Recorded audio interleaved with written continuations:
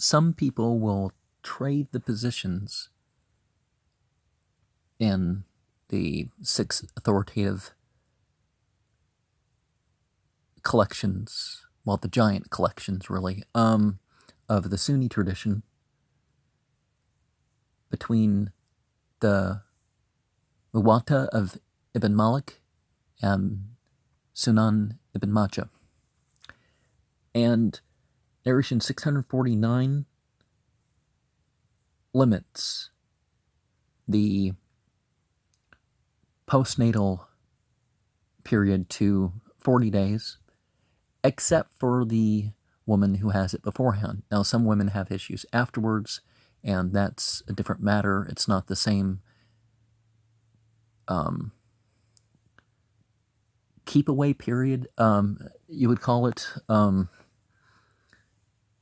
that, then she just cleans up the blood or whatnot, and then goes about her business like normal. The break, more or less, is over. 647 has Atiyah relating that the brown are yellowish discharge. They didn't think any of that, and they, again, cleaned up and went along their way. But of course, we find out if there's red after that, then they're like, okay, well, we're still menstruating or whatever.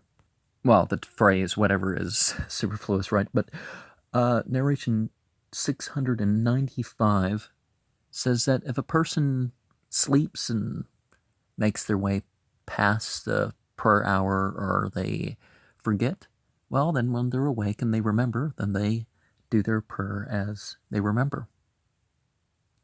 And people say, what about the coma? Well, it's not that you wake up from a coma and have to pray nonstop for, I don't know, depending how long you're in the coma, right? But, that's done a bit more moderately or something, right?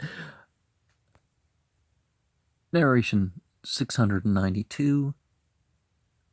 Anas bin Malik once joined Prophet Muhammad till the very middle of the night. Well, the middle of the night in general is dusk to dawn, right? But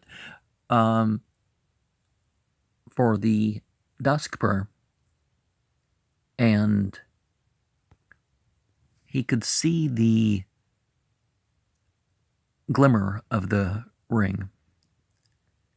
And Muhammad told him that if you wait for the prayer, you are given the reward of as if you spent the whole time in prayer. Now, you shouldn't make people wait half an hour or hours or whatever people as a general thing.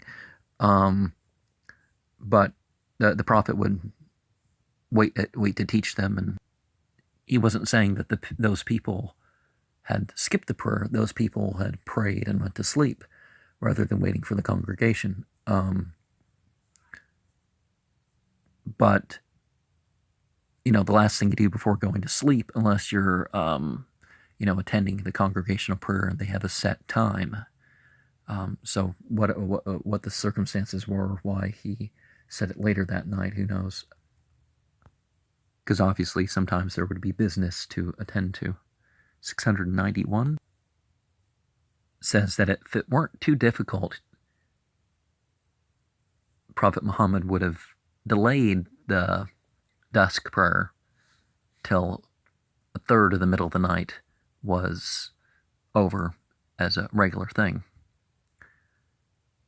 So, so these people who want to have, delay I know the night is long in winter, but why not let people just pray and go to sleep, and, if they're, in that position to. And the narration before that, just saying, if it wasn't going to be too difficult, he would have asked him to delay the prayer, the dusk prayer. But the other prayers, the evening prayer, the late afternoon prayer, the early afternoon prayer, the dawn prayer, these are not prayers to be delayed. And by the keep away that I mentioned in the earlier, it's from the sex, the reading the Quran, and the saying the ritual prayers.